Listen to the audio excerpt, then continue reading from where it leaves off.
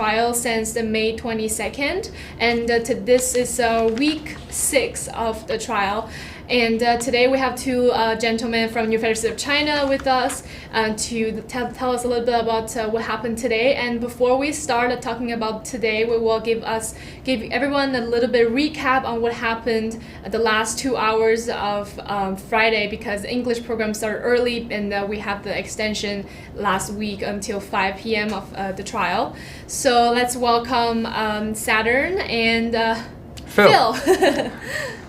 And let's just start with how is Miles, because I haven't gone to the court today. Mm-hmm. You can tell me how is Miles and how is everyone? Is a lot of people in the court today?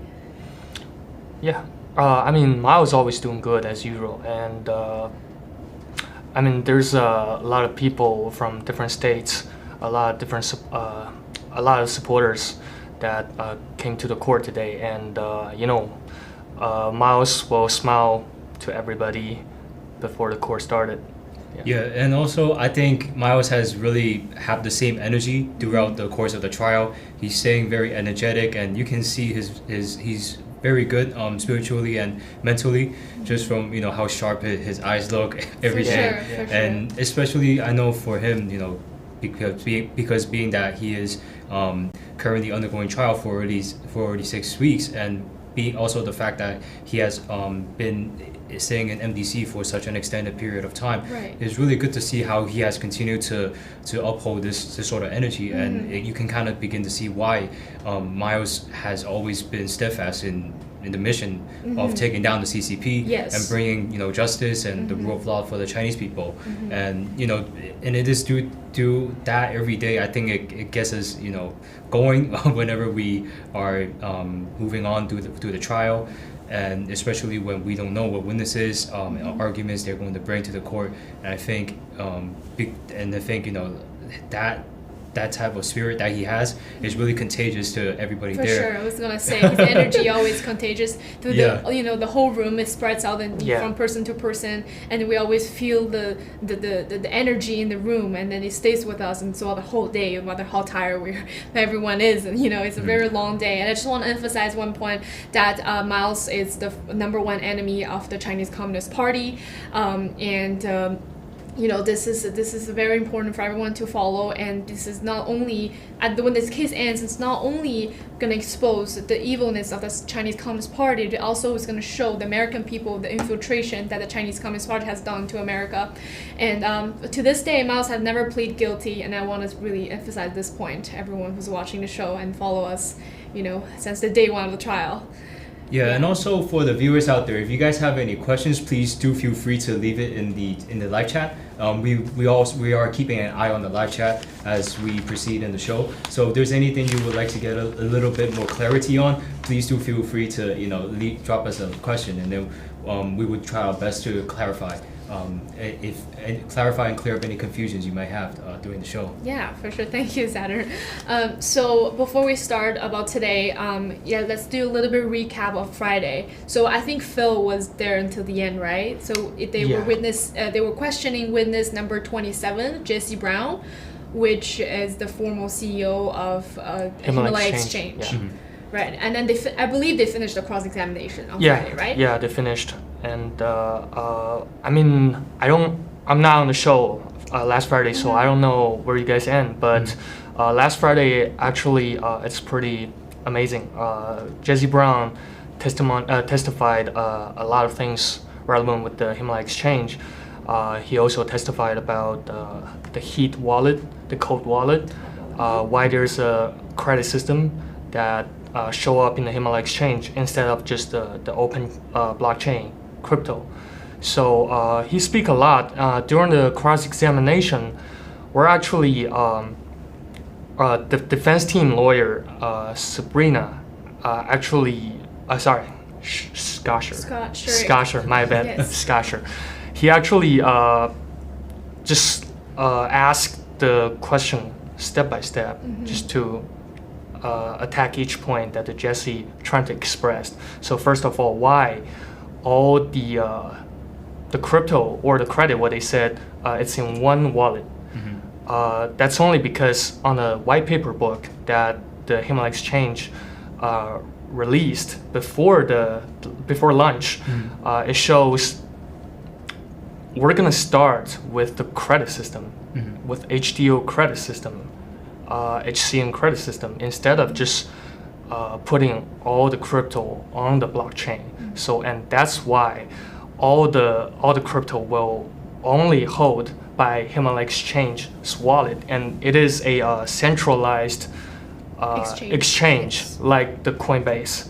So, and Scotcher actually asked about what's happening with the same situation in Coinbase. Actually, Jesse said it's actually the same. Like they will hold certain different type of cryptocurrency in their own wallets, and people will trade inside the wallet. So there will not show up any trade history outside or on the blockchain. So it's not traceable. Because it's a little bit private, right? Yeah, it's a little Yes. bit private. I remember they mentioned that with the off-chain transactions, there's less expensive, right? Yes. It happens quicker as well. Yeah. And then I think this is the one point that's being brought up in the cross-examination, which the government didn't want to mention. You know, there's reasons Right. to have this transaction off the chain. And then later on, J.C. Brown also admitted. Yeah. And also, this witness is not an expert at cryptocurrency, right? And Yeah, he's not in computer science. Made like a degree, and then he's he not graduated Yeah, from that, that's yeah. right. And it's everything is based on his understanding and his involvement with Himalaya Exchange. Yeah. Yes.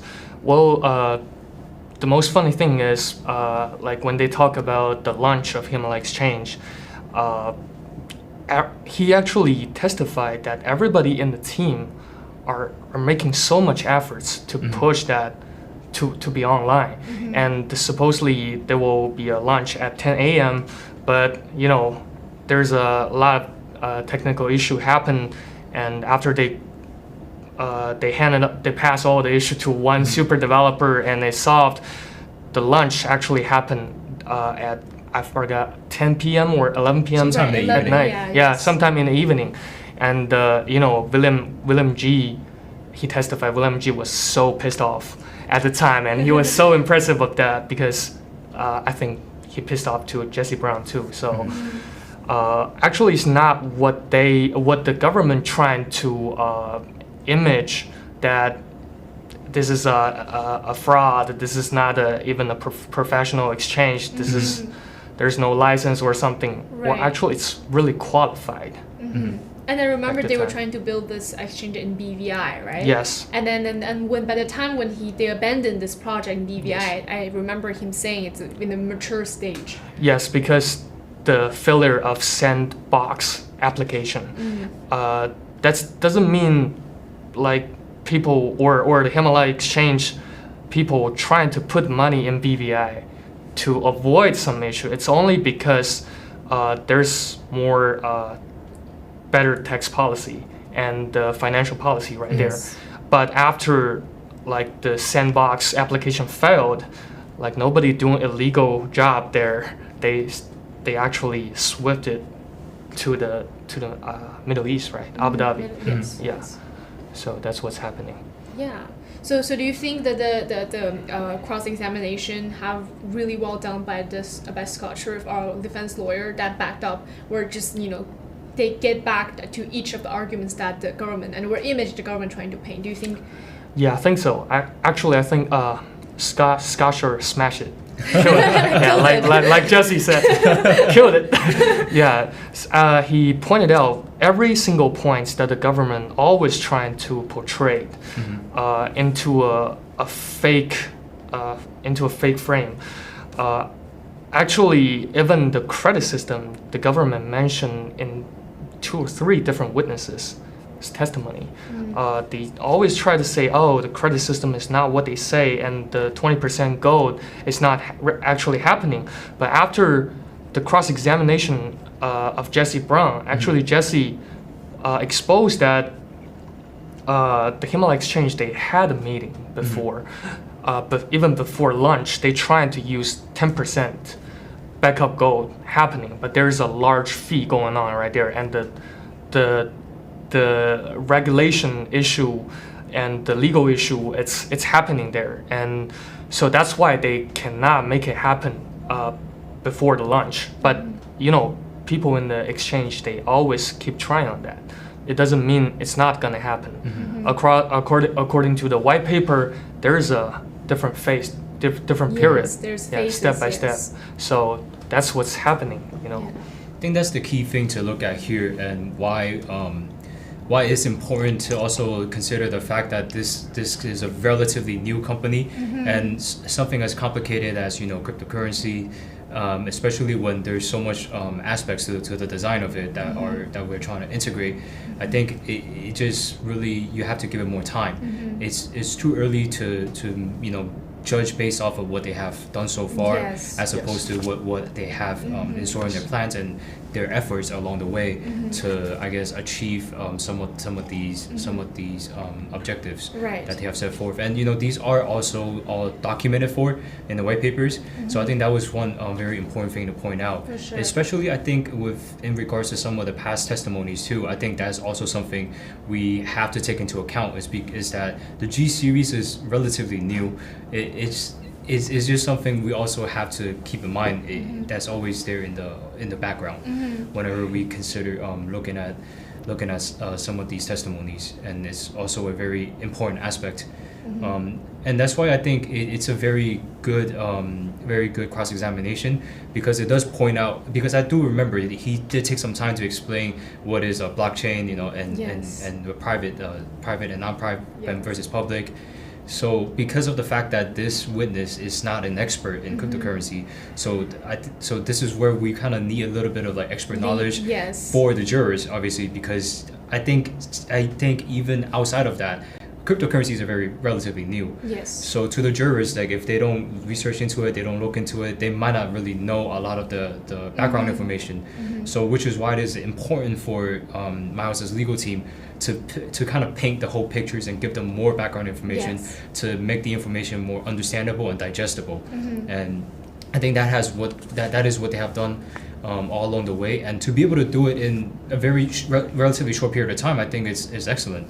Because let's face it, to learn a lot of these concepts, it takes time, and to be able to quickly allow the other person to understand the points they're trying to convey, some of the more intricate details of cryptocurrencies. I think this is something that they've done a very good job on. Do you remember how many phases this Himalaya exchange has gone to? I remember they actually only showed one page of the white paper. There's phase 1, phase 2, phase 3. I remember there's a phase 4. But it really described how we're gonna start it with a credit system, and then moves into HPay. That it's all off-chain, off-chain trade. So that's like Saturn said, you need to give the startup company a little bit more time to let it to build into the estimated value, to build into this the potential that they have. And then if you don't allow it to grow, and then you just cut it off, and then you can't say this is a scam or this is not, because what we've done so far, it's only the beginning of it. And also, I remember they mentioned HPay. In that was being launched in phase 3, I believe, because I read a transcript. HPay allows you to do transaction domestically and abroad, right? And there's a lot of options, and I'm not exactly sure what they mentioned about HPay, but they did mention that they gone to phase 3. It was pretty awesome. So thank you so much for the little bit recap on Friday. So before the court start today, did the judge or the both attorneys mention anything regarding the schedule, regarding the witnesses, regarding anything else that's related to the court? So actually we got a lot of new information today prior to the trial. One of the things that we did learn today is that on the defense's side, Miles' side, there are about 11 witnesses, and also on the prosecution side, the government side, they are planning to go through 2 medium-length testimonies today and 2 short-lengths. But today I think we only were able to see 2. And because of the fact that they still have quite a number of witnesses they need to get through, 11 is a lot. So what they are planning to do is extend the trial date for tomorrow to 5 p.m. again, and they did plan to do that for Wednesday as well. but some of the jury members weren't able to make the time for it because of some other commitments they might have. Wednesday and Thursday will be regular schedule, and next week we will have to wait to see what the schedule will be like for next week, if it will be extended or not, just because that there is quite a number of witnesses they still need to get through. And we also get a little bit of a look on some of the witnesses today prior to the trial. They kind of gave us a sneak peek at that.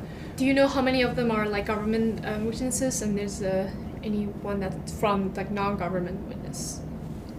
Well, non-government witnesses, there's about 11, and then I mean like for the government, there's how many left for the government? They mentioned they wanted to go to 4 today. Okay. Yeah, 2 medium length ones and 2 short ones. Okay. But today, so far, we've only seen 2 as of the time. Okay. As of the time, we had left the court. So there might potentially be more, but I'm not too sure because I believe the trial has already concluded for the day. For today. Okay. Yeah. Did they mention anything about Miles, the possibility of Miles testifying in court? Yeah, they actually, defense team's lawyer actually mentioned the team will have either 11 or 12 witnesses. So I think the last one, the 12th, it's probably the Miles himself. So they didn't decide it yet, but it's still in consideration. Yeah. Okay. In consideration? Do Yeah. you know like what's taken part of this consideration? There's so many factors that gonna make it change. So first, it will see how's it going with the first maybe 5 to 6 witnesses, and if it's going good or it doesn't need Miles to come out to testify no more, maybe just 11 in total. Okay. But if there's something happened that really not good for Miles' team, maybe Miles will come out and do the testify. So it really depends. There's still a lot of different reasons. Yeah, and I think they also mentioned that if Miles does testify, it may take a little bit longer than the other individuals, just because there's a lot of he did a lot of broadcasts in the past, so there's a lot of footage that I think they wanted to maybe go through, just because they wanted to present it in court, and I think that's one of the main reasons why, like, if he does choose to testify, they might need a more extended period of time than some of the other witnesses that we have seen so far. Yeah. For sure. Is there anything else before that we can jump into the witness finally? Well, for today's second witness, Skaka, or maybe I'm not good at pronunciation. Right. Well, the government tried to have a stipulation with defense team to put some draft contract as evidence. Okay. And the only thing defense team object on that because it's not similar to Limarie Reyes. Limarie actually worked in G Club, but for this witness, he's relevant with the bankruptcy court, but himself, he's not looked upon. So he's actually not getting in touch with those first-hand contract, even the draft. So that's what they're argue against. Okay. Hold on a moment. So that's the second witness been brought up in court today, right? Yeah. The 29th. 29th. Okay. But this discussion took place before the trial began. Before trial begins. Yeah. Wow. Okay. Sounds. So I think they already have the stipulation. They already stipulation. have stipulation. Yes. Did you see it in court when that witness came We out? actually saw some draft contract show up as evidence today before I leave. I think it was. We've seen before too as a draft contracts. Draft contract. Being like shown as a stipulation, and then from the government, right? Yes. Government's witness stipulation where they show the contract with only one party signature, or without a signature. Or without a yes. signature. Okay. So after Jesse Brown, that's 27th, and then we have the 28th today. Yes. Do you want to tell us about a little bit who is this person and who does he work for, and like some highlights about the arguments and the record examination? Yes. So this first witness for today, her name is Amy Buck. So she is a real estate attorney for, if I don't remember wrong, for 23 years. Yeah. She is a real well-experienced real estate attorney, and what she did in part of this case is she used to help to be the third-party escrow account trust fund holder to help to pay the invoice of the Mawa renovation, to help to go through all the info from the different furniture company. That's basically how she involved, and the whole trial, whole process of her is just go through all the things she know. Yeah. So just a couple points I'd like to elaborate is that she is licensed in New Jersey, which is where the Mawa and the NFSE Mawa home base is located at, and she had played a role in the purchase of the mansion itself. And even after they were done with the mansion, like Phil said, she handled some of the invoicing that was required, because this mansion this came up in cross-examination later, but this mansion is relatively old because it's a mansion. Yes. It's a mansion. It has a lot of history to it. Yes. So a lot of renovation and stuff needed to take place. So I think that was why a lot of the invoicing had took place. And this also speaks to some of the evidence they tried the evidence that showed up during the direct examination from the government side. There was a lot of invoices and a lot of emails that was being shown with dollar amounts for asking for renovations to be made, asking for let's say decorative pieces to be purchased. Right. And she also emphasized that these invoicing would happen a couple times in the day, even just because. And you have to understand, I think the reason why it had to happen a couple of times is that the building is under renovation after it just purchased, and it's not just renovation, it's also construction, stuff that's being integrated into the building. Right. And you need to get this stuff worked on pretty much as soon as possible if it really is an issue, or you need to get stuff ready, because this place is intended for G Club members. So I mean we can't really wait on stuff, right? They have to, once they buy it, they can't really just sit it there. They have to work on it to be able to provide the services at a much earlier time.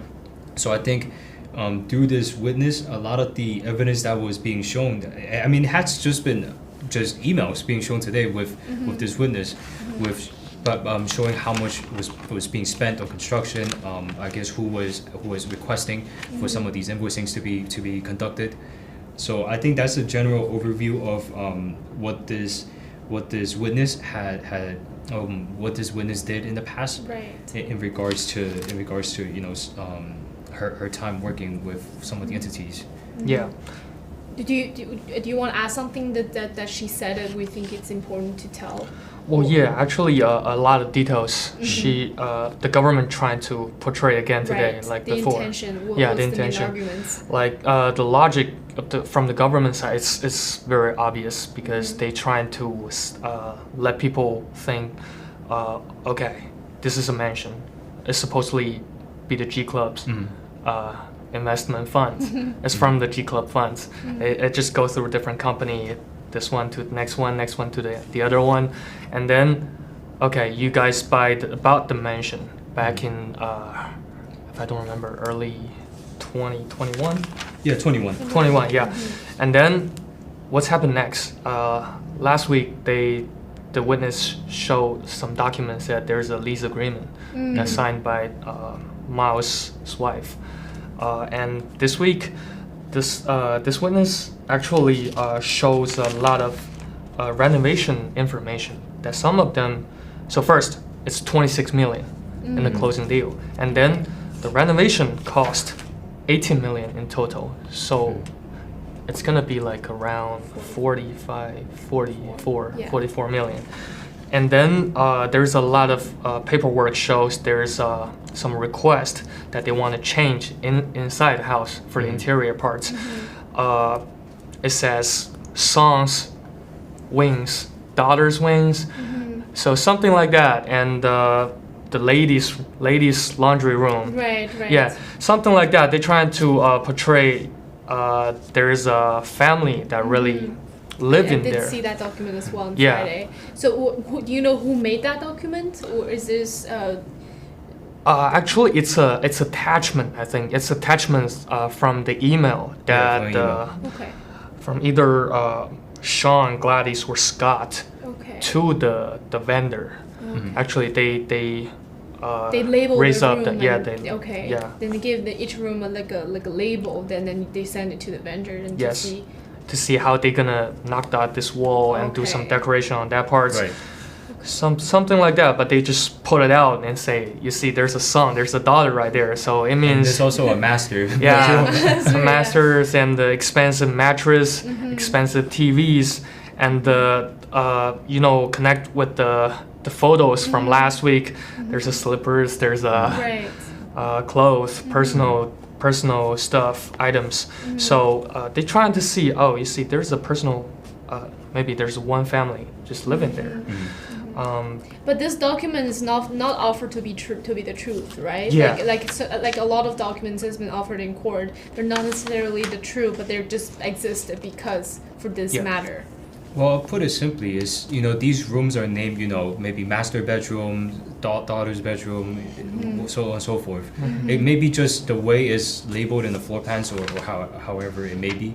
They just focus on the fact and they just focus on the fact that room is called that. Yes. So that's the picture they're trying to paint. That through their terminology. intention is to, Yeah. they're trying to paint that intention for the house for personal use, right? And what we saw wasn't really a floor plan. What we saw was just kind of a list of... A list, yes. Yes. I think that was very similar to what we saw last week. Last week, okay. Yeah, because during the cross-exam on this part, the defense attorney Sabrina actually asked the witness if you actually know the family, who's the family, how many people in the family, how many family behind the terrorist fund that she testified, and if she said she doesn't know at all those questions, and then when Sabrina asked her, so do you know the family actually have a son that lived in U.S. Gonna use this mention. So basically, if the son's bedroom is gonna used for Mao's son, but like it has to be in America. But actually, Mao's son is never in the U.S. recently, in the near past, right? Decades, Yeah, or in so? the past Maybe couple of years. Yeah, past couple of years at I least. see. So that's And this is recent too. I mean, 21. That's only Yeah. a couple Yeah. years back. And it was also the peak of pandemic. Right. There's a lot of travel restrictions as well. yes.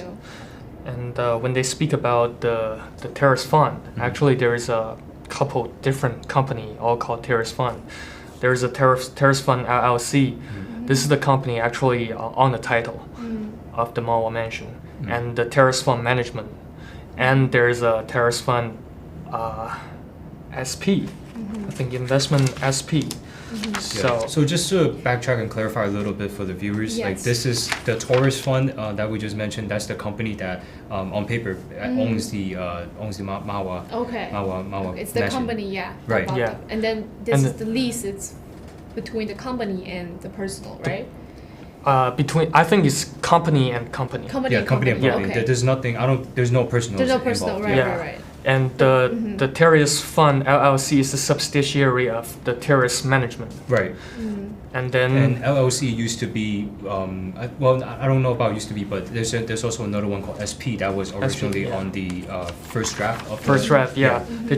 Actually, the team trying to use the SP to purchase on the as the name on title, but according to the New Jersey law, it doesn't work.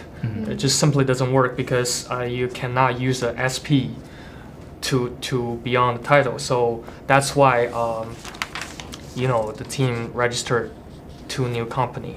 One is LLC and one is the management. Thank you, Phil. Just so before we continue for the last half of our show, I just want to mention about our social media. So I'll give the door gets a little water break. So I'll just quickly bring up our social media accounts on X. You can follow us on X, NFSC Speak. We give live posts and updates every single day of the trial day. what's happening at the time. And also we send out a lot of posts and then the latest news and information regarding Miles' trial and other updates are important. So please follow us on X. And also for official government transcript documents, you can look it up on nfscofficial.com. And there's the top bar, it shows court documents or court case documents. You can click on that and it shows the complete list of official government documents and transcripts as well, both offered in English and Chinese. And you can, if you want to look into detail and are interested, you can please go on the website and to have more insights.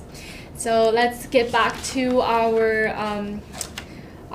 show, and let's continue to talk about this witness and then some of the main arguments brought up by the government and how the defense team get back at each arguments. Yeah, so let's pick up the thing we just talked about. So they ask about, the government actually, during the direct examination, they ask about when the deal closed, like actually when they finished the deal to purchase the Mao mansion. It's December 17th. 2021. And then the two company actually registered 1 and 2 days before the deal closed. Okay. So they're trying to see, they actually rush on the deal. And then why they're using the escrow account to pay all these invoices, it's only because they don't want to put the money in their own account. And like something like that, they're trying to portray it. But during the cross-examinations, actually, they reviewed, the witness reviewed that actually it's the seller trying to close the deal so bad, and it's not the buyer. And if you look at the day to December 17th, that's only days away from Christmas. Yes. And that was a factor for the seller to actually rush the buyer into buying the place. And also, I think, just to add on to what Phil said, this place, the Crocker Mansion, as it was originally called, it is on the market for over a decade. Okay. Yeah. And I think its market price used to be listed for 35 million. 39 million. Right. Yeah, 39 million, and look at the price it was sold for, 26 million. 26. So you could start to see the drastic drop in price and how. Let's put one and one together, right? The price dropped because you want to sell something, and you want to sell something because it's on the market for a very extended period of time. So you can kind of get to see through these details that there is a urgency in the seller to actually find a buyer and make the buyer buy, For sure. and to not make the buyer buy, but make sure that they are able to sell it quickly, just to move ahead in that matter. And I think that information of the fact that the mansion was on the market for over a decade, I think that that information was not known to this witness. I believe she only know that it was there for a extended period of time, Right. but not to the extent of it being over a decade. Right, and then she knows that there's a rush, right, to make the deal happen. Right. They're trying to make the deal happen. And also during the direct examination, actually Scott's name, Scott Barnett, is actually Mr. Miles' security. His name mentioned a couple times. I mean, a lot, actually. Yeah, quite a number of times. Quite a number of times, yeah. So why is that? Do you know? Yeah, I think this is only my personal opinion, because in the past couple witness, the government trying to let the jury think Scott is Mr. Miles' personal security, and also Scott is his name is on the Terrace Fund LLC. Oh, sorry, management. It's the parent company of the title company. As a manager. And also he actually did a lot of job to put the security system into the mansion. So they might want to let people think that it's Mr. Miles' personal security, and do the security system in the house, and they spend a lot of money to doing that, to accomplish that, and then for their personal use. That's probably the thing they're trying to portray. But during the cross-examination, is actually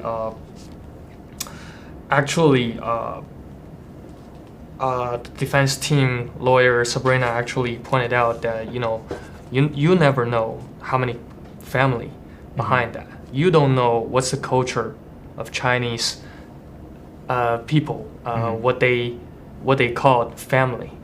So there might be so many brother and sisters together. For sure. And then so Scott actually did a lot with a company called Preventinus, I think. Yeah, that's actually security system company, and all the thing, it's only for the security system because that's a big mansion and need a large amount of the security camera to put in. So that's basically Sabrina's point. Yeah. And it's also important to point out that this is a mansion after all, and there's a lot of corners of the houses you want to keep eyes on. So it's not 3 or about 4 floors, right? And, right. Yeah, and then the big yard, and there's a lot of places Yes. that can It's hard to management. Yeah, It's hard to manage. hard to manage. Yeah, for sure. And so and also Sean's name, Sean Jing.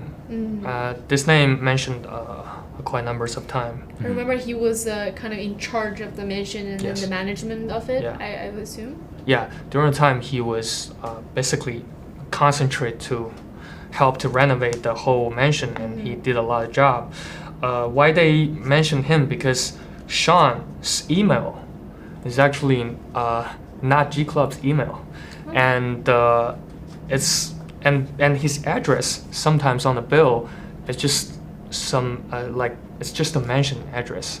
So there's nothing show that Sean it's a G series staff. Okay. But during the cross-examination, Sabrina just pointed out, do you know Sean worked at G Club at the time? And actually, back in the time, Sean indeed worked at G Club. And the reason, he doesn't use the G Club email, there's a various reason that could prove. Yes. You don't have to use the working email to connect everything. Right. You don't need to have, because of not having the work email doesn't mean you don't work there or some sort. Yeah, right? and people could have 2 different jobs at the same times. Yeah. That makes sense. So when Sabrina asked about those information, the witness actually doesn't know anything at all. And even in the end, Sabrina shows a clip, a screenshot of the Miles live stream clip, and Miles was there, and the background was the bookshelf, the bookcase with the Buddha. which they mentioned in the direct examination a couple times. It's an expensive bookcase, and it's from the Connecticut home, something like that. And when Sabrina asked the witness who this guy is, she doesn't even know that's Miles.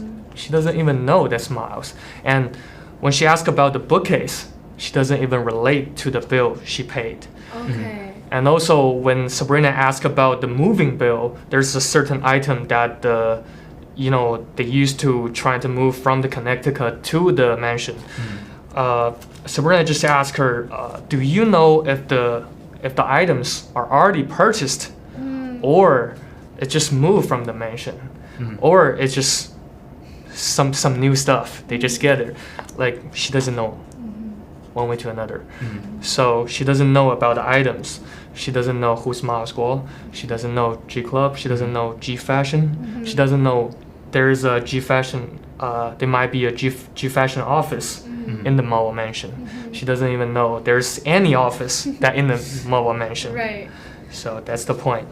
Okay. Seems like she's really focused on her own work Yes. without knowing anything else Yes. about Yeah. the whole process of anything. Yeah. And just to build upon that, she actually has never been to the mansion itself either. Okay. Yeah. And another point I want to point out too is the fact that she actually has received a subpoena from I believe the bankruptcy case. Bankruptcy. Yeah, and which we will get to with the next witness. For So sure. there will be more clarity for the viewers. So you think that this witness and next witness are somehow connected, Yeah. right? It Yeah, is. Okay.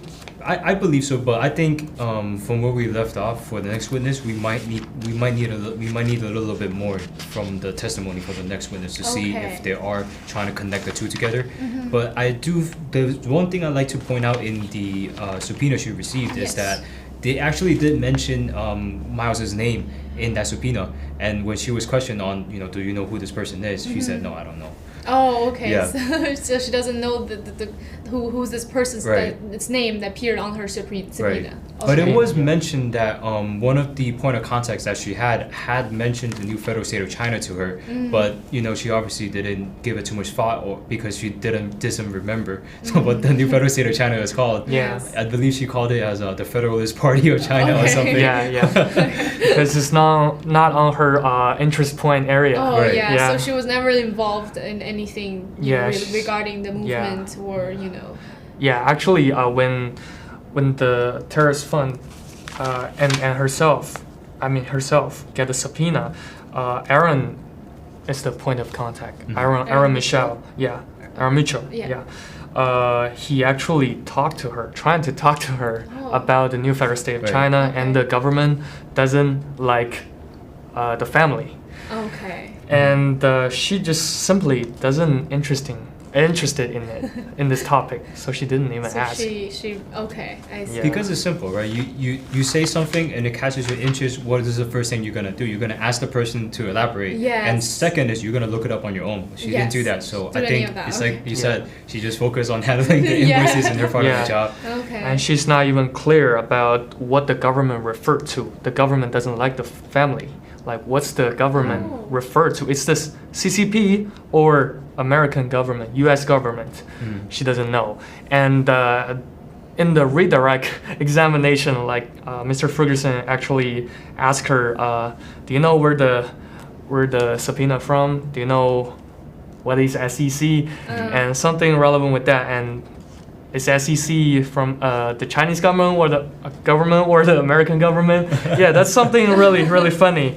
Yeah, trying to relate to the U.S. government. I think another detail I would like to just finalize on the subpoena part is that she did receive some type of help, getting legal assistance to take care of this matter. I don't from what I remember, I don't think she was left to handle that alone. There was assistance given to her by some of the point of contacts that she had at the time. Right. They're given by G clubs or by. I don't remember specifically which company, but she was provided financial assistance and just assistance to be able to have a legal assistance to be able to sort this matter out. Okay. So I think that may be one of the because what she did testify saying is that she received the subpoena and then her point of contact, Aaron Mitchell, said that's the cost of doing business. But I think there was something interesting why they chose to use that phrase. But in the end, it wasn't like she was not offered assistance. She was offered assistance to be able to work through this subpoena. So it seems like she's like the only little puzzle piece of this whole puzzle that's presented to the jury, right? Yeah. And it's one of the puzzle that's the government wants to show that's what they know is to be true, but then actually there's a whole other part that she doesn't know, doesn't realize, and she doesn't. It's just too little of it. Too little, yes. I think that's a common theme with a lot of witnesses where during their direct examination, you feel like they have a lot of details to give, but once they get cross-examined, you begin to realize there's a lot of missing pieces to the story. There are a lot of detail they think they're given, a lot of opinions they think they're given. Those they insinuating things to the jury and to everyone else. Yes. For sure. Do you want to get into the next witness and talk about who that person is and how it is connected to the case? Yes. Actually, the next witness is Sharon can help to introduce his. Right, Saturn, you weren't there, right? I wasn't there for it, but I did briefly see his background, and it was mentioned prior to the trial that the trustee from one of Miles's other case, the bankruptcy case, a legal member that represented that trustee in the past, and I believe he still does represent the trustee. He is the next witness, and I will have to double check. His name is Douglas Skaka. Okay. And he's He's actually the legal counsel of the. If I don't remember wrong, he's the legal counsel of the company for the trustee himself. He's appointed by the Connecticut Bankruptcy Court. Yeah, and this guy's majorly connect the whole bankruptcy situation to this case. Right. He's talked about the loan agreement that from May, Mr. Ma's daughter, with the Himalaya Exchange, like May's company, with Himalaya Exchange company called Himalaya International Financial Capital, some name like that, but it's the Himalaya Exchange company. There's a loan agreement that referred to the $37 million that the government always mentioned from last week, that Jesse Brown mentioned as well, because Jesse Brown said there's a meeting hold on with this subject, and he objection on that, and then it finally went through. So this is the one that actually they brought it up today. Okay. Yeah. And it's only because Miles had actually it's from the direct examination. We know the info that Miles had a contract, loan agreement contract with the PAX, the PAX, or PAX. So is this witnesses from the bankruptcy trustee? Bankruptcy trustee. Luke Despin. Luke Despin, Okay. or he called Luke Dupont, Okay. because he correct our pronunciation. Oh, Luke Dupont, Dupont, okay. Luke Dupont. Okay, I guess it's French. It's a French Okay. name, yeah. And Miles and the PAX had agreement back in 2017. There's a loan agreement, and actually not Miles himself. Miles as a personal guarantor, that if the borrower disappeared or refused to return the money, that those money goes to the guarantor. The obligation goes to the guarantor. So that's what's happening with Miles. Miles actually owned the PAX $134 million through that contract back in 2017. And actually during the time, they actually let the bankruptcy court granted a motion that just to get the Lady May and the Sheraton Netherland Hotel. And Lady May is the yacht. The yacht, as a part of the debtor obligation, or we could say that it's just to return their money with those assets. Yes, they just seize those assets. Seize, because, when you go through a the bankruptcy, and you have to know what assets do you have, right? Yes. And then they see the Yeah, those are the public assets. Right. They think it's relevant or have interest with Mr. Miles. Right.